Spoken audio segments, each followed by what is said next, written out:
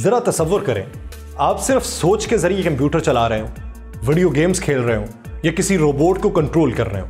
یہ کوئی science fiction film کا منظر نہیں بلکہ حقیقت کے دروازے پر دستک دیتی ایک ٹیکنالوجی ہے۔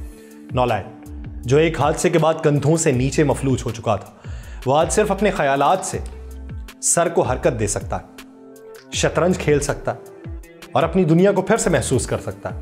یہ سب کچھ نیورالنک کی دماغی چپ کی بدولت ممکن ہوا، ایک ایسی ٹیکنالوجی جو انسانی سوچ اور مشین کے درمیان سرحد کو مٹا رہی ہے۔ لیکن کیا یہ صرف آغاز ہے؟ کیا ہم مستقبل میں اپنے خیالات سے روبوٹس، ویل چیئرز یا پورے سمارٹ ہومز کو کنٹرول کر سکیں گے؟ یا پھر اس نئی دنیا کے ساتھ ایسے خطرات بھی جڑے ہیں جو ہماری نظروں سے اوجھل ہیں؟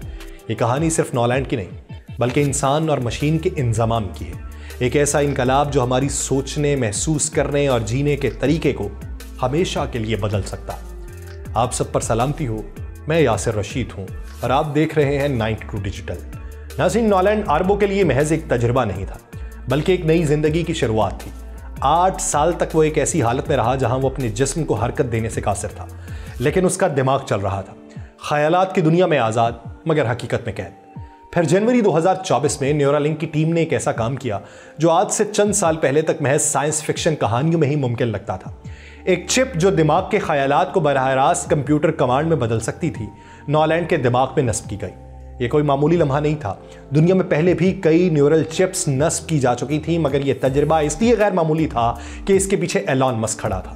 وہی ایلان مسک جو انسانیت کو مریخ تک لے جانے اور مصنوعی ذہانت کو نئی بلندیوں پر پہنچانے کا خواب دیکھ رہا ہے۔ مگر نالینڈ کا کہنا ہے کہ اس کہانی کا اصل مرکز وہ خود نہیں، نہ ہی مسک، بلکہ سائنس ہے۔ یہ چپ نالینڈ کے لیے ایک پل تھی، ایک ایسا راستہ جو اس کے دماغ کی قید کو توڑ کر بیرونی دنیا سے جوڑ سکتا تھا۔ اب وہ محض سوچ کر کمپیوٹر کو کنٹرول کر سکتا تھا، اسکرین پر کرسر چلا سکتا تھا، یہاں تک کہ اپنے خیالات کو الفاظ میں ڈھال کر دوسروں تک پہنچا سکتا تھا۔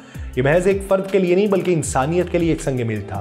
کیا یہ چپ مستقبل میں مفلوج افراد کو ایک بار پھر مکمل زندگی گزارنے کا موقع دے سکتی ہے؟ کیا یہ ٹیکنالوجی آگے جا کر عام انسانوں کے خیالات کو بھی براہ راست کمپیوٹر سے جوڑنے میں کامیاب ہو سکتی ہے؟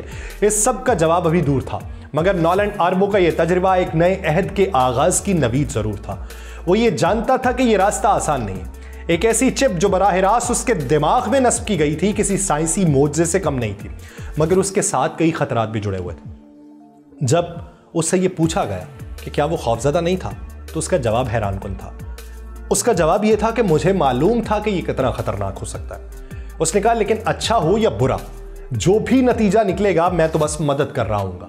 یہ ایک عام جواب نہیں تھا بلکہ ایک ایسے شخص کی سوچ تھی جو اپنی ذات سے آگے دیکھ رہا ہو، جو جانتا تھا کہ اگر سب ٹھیک رہا تو وہ نہ صرف نیورالنک کے تجربے کا حصہ بنے گا بلکہ ایک نئی امید کی کرن بھی بن جائے گا، اور اگر کچھ غلط ہوا تب بھی ان کے مطابق یہ قربانی رائے گا نہیں جائے گی، اگر کچھ برا ہوا تو وہ نیورالنک اس سے کچھ سیکھ سکے گی۔ یہ اس نے جواب دیا۔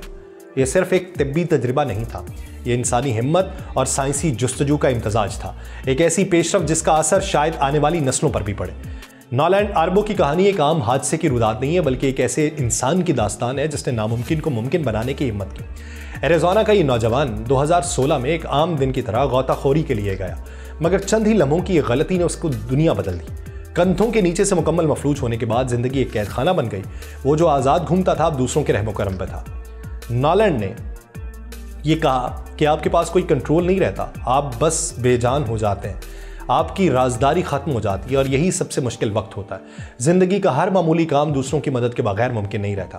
لیکن پھر ایک نئی امید پیدا ہوئی۔ نیورالنک کی چپ جو دماغ کو کمپیوٹر کے ساتھ جوڑنے کی صلاحیت رکھتی تھی، اس نے نالینڈ کو اپنی سوچ سے کمپیوٹر کو کنٹرول کرنے کا موقع دیا، ایک ایسی آزادی جس کا وہ تصور بھی نہیں کر سکتا تھا۔ یہ چپ جسے دماغی کمپیوٹر انٹرفیس BCI کہا جاتا ہے، دراصل اس وقت متحرک ہوتی ہے جب انسان کسی حرکت کا ارادہ کرتا ہے۔ دماغ میں پیدا ہونے والے برقی سگنلز کو چپ پڑھتی ہے، انہیں عملی اشاروں میں بدل دیتی ہے۔ یہ وہ تصور تھا جس پر سائنٹسٹ کئی دہائیوں سے کام کر رہے تھے، مگر ایلان مسک کی شمولیت نے اس ٹیکنالوجی کو نئی بلندیوں تک پہنچایا۔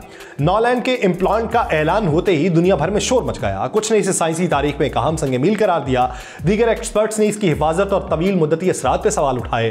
نیورالنک کو بے پناہ سرمایہ کاری ضرور ملی، مگر ساتھ ہی ساتھ خدشات بڑھتے گئے کہ کیا واقعی یہ چپ ایک محفوظ اور پائیدار حل ہے؟ یہ کہانی محض ایک فرد کی نہیں بلکہ انسان کی بے پناہ جستجو اور سائنس کی ناقابل یقین ترقی کی علامت ہے۔ نالینڈ نے اپنی زندگی کا سب سے بڑا خطرہ مول لیا، مگر اس کا یقین تھا کہ اگر یہ تجربہ کامیاب ہوا تو نہ صرف اس کے لیے بلکہ دنیا بھر میں معذور افراد کے لیے امید کی ایک کرن ثابت ہوگا۔